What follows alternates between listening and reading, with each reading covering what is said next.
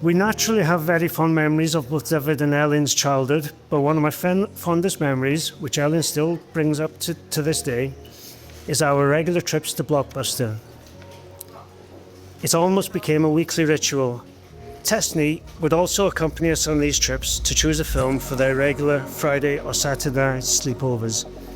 I can still see Ellen roaming up and down the aisles, pondering over which film to choose. Looking back, those moments at Blockbuster weren't just about choosing films, they're about quality time spent together and watching Ellen grow and becoming more independent. Beautiful. Today, as we watch Ellen begin this new chapter with Llion, it's not a film she has chosen, but the person she wants to spend the rest of her life with. As the saying goes, you don't marry the person you can live with, you marry the person you can't live without.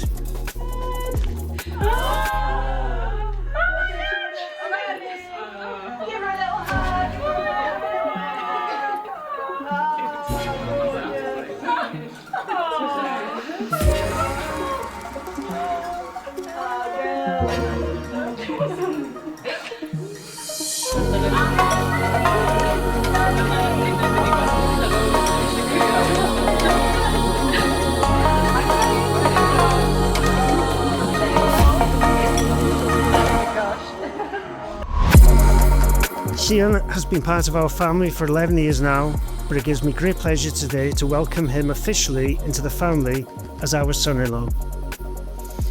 When we first met Llion, we could see immediately that he and Ellen were well suited.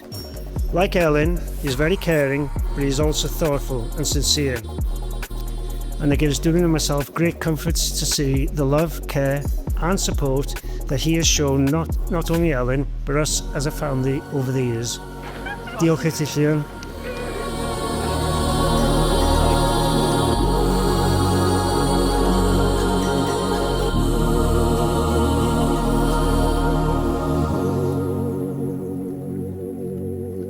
Croeso cynnes iawn i chi gyd i Capel Mawr. Elen ydy'r drydedd cenhedlaeth ynde i briodi yn y capel yma. I thaid ti Gareth, os da chi'n cofio Gareth, ac ei rawen, a wedyn hi mham ni. Tryfan ydi ynde, Tryfan a Dwynwen, a rwan Llion ac Elen. Mae'n stori dda yn dydi. Hyfryd iawn. Welcome to Capel Mawr, to everyone. The day has finally arrived. Everybody is looking beautiful, particularly the bride and groom. Best I've seen. You always say that, don't they? Rwy fi, Llion. Rwy fi, Llion. Yn dy gymeryd di, Elen. Yn dy gymeryd di, Elen. I fod yn briod i mi. I fod yn briod i mi. Ac ym mhresenoldeb Duw ar gynulleidfa hon. Ac ym mhresenoldeb Duw ac y gynulleidfa hon. Rwyf yn addurnedu. Rwyf yn addurnedu. I fod yn ffyddlon yn fy nghariad. I fod yn ffyddlon yn fy nghariad. Yn dyner yn fy ngofal. Yn dyner yn fy ngofal. Ac yn onest a chywir ym mhob peth. Ac yn onest ac yn chywir ym mhob peth. Holl ddyddiau fy mywyd. Holl ddyddiau fy mywyd. Rwy fi, Elen. Yn dy gymeryd di, Llion. Yn dy gymeryd di, Llion. I fod yn briod i mi. I fod yn briod i mi. Ac ym mhresenoldeb Duw ar gynulleidfa hon. Ac ym mhresenoldeb Duw ar gynulleidfa hon. Rwyf yn addurnedu. Rwyf yn addurnedu. I fod yn ffyddlon yn fy nghariad. I fod yn ffyddlon yn fy nghariad. Yn dyner yn fy ngofal. Yn dyner yn fy ngofal. Ac yn onest a chywir ym mhob peth. Yn onest a chywir ym mhob peth. Holl ddyddiau fy mywyd. Holl ddyddiau fy mywyd.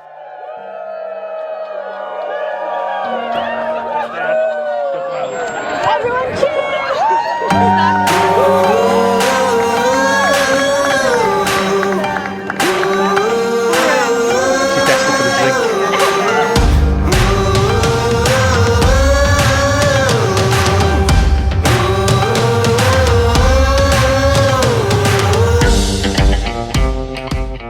It's a massive honour for me to be asked to be Llion's best man. As he said earlier, we've known each other since being toddlers. Me and Mum were looking through pictures the other day of my 3rd birthday party. A little picture of us both there in Batman costumes. Elen, ti'n edrych yn amazing. Dwi'n meddwl a neb yn dawtio bod ti o hyd yn edrych yn amazing. Dwi'n meddwl fe roed i gweld ti'n gael bad day.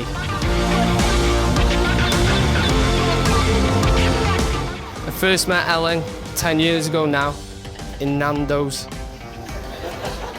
Llion was there as well, like it wasn't like it wasn't one of them.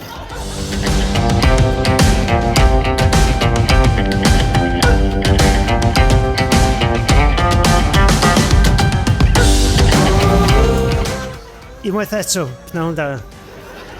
Gai ddechrau trwy ddiolch I chi a ran Marian, Elen Llion a fi am ymuno efo ni I ddathlu diwrnod arbennig Elen Llion.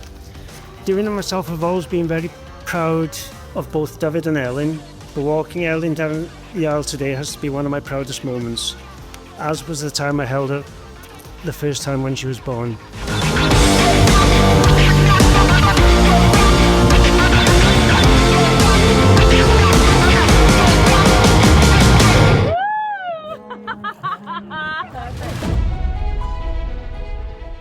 Boneddigion a boneddigasau, teulu a ffrindiau, please, safwch ar eich traed a chwifiwch eich napkins, stand up and wave your napkins wrth I ni groesawu am y tro cyntaf, erioed fel gŵr a gwraig, Mr a Mrs Jones!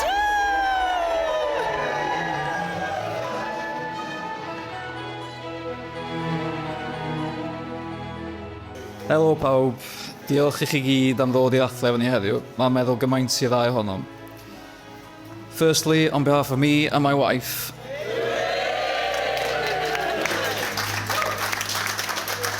I want to thank you all for coming to celebrate with us today. It really does mean the world to us. Like Joanne said, public speaking isn't exactly my favourite subject either. And everyone who knows me will know how much I've been looking forward to doing this. But it's not every day you get married, and some say you should make the most of it, and this is the only time you can talk without your wife interrupting you.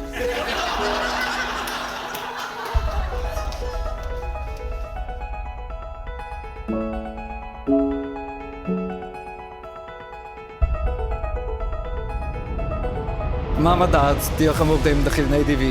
Diolch hefyd am bob dim dych chi'n gwneud I fi ac Elen dros y blynyddoedd. Da ni'n gwerthfawrogi pob beth yn fawr. Thanks also to my mum and auntie for making the wedding favours. I went to supervise the production and conducted a taste test on Wednesday. And I'm still alive, so they're safe to eat. Dwi'n yna tryfan. Diolch I chi hefyd am bob peth da chi'n gwneud I Elen ac I ni, ac am gwersawu fi i'ch teulu. Dwi'n teimlo fel bod wedi bod yn rhan ono am oes, a diolch yn arbennig I chi am eich holl help wrth rawn ni heddiw. Da ni'n hynod ddiolchgar.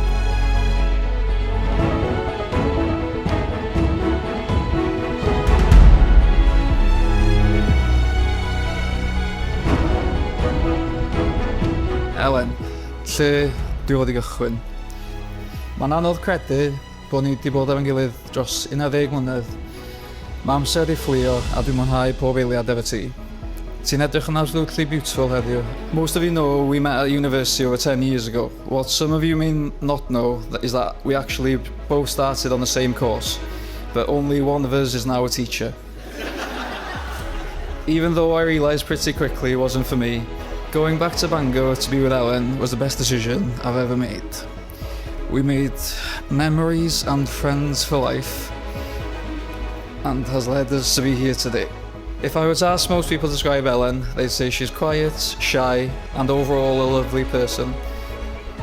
As I said at the start, I'm not much of a public speaker, and when people were asking me in the run-up if I was nervous already, this speech was probably the only thing I was nervous about, because I was never nervous.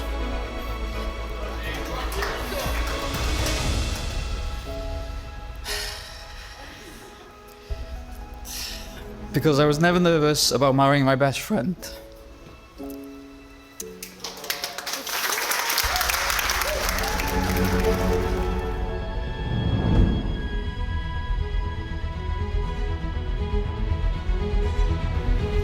That was the easiest decision I've ever made. I'd do anything for her, and I always will. I always tell her that everything's going to be okay. And if she's happy, I'm happy.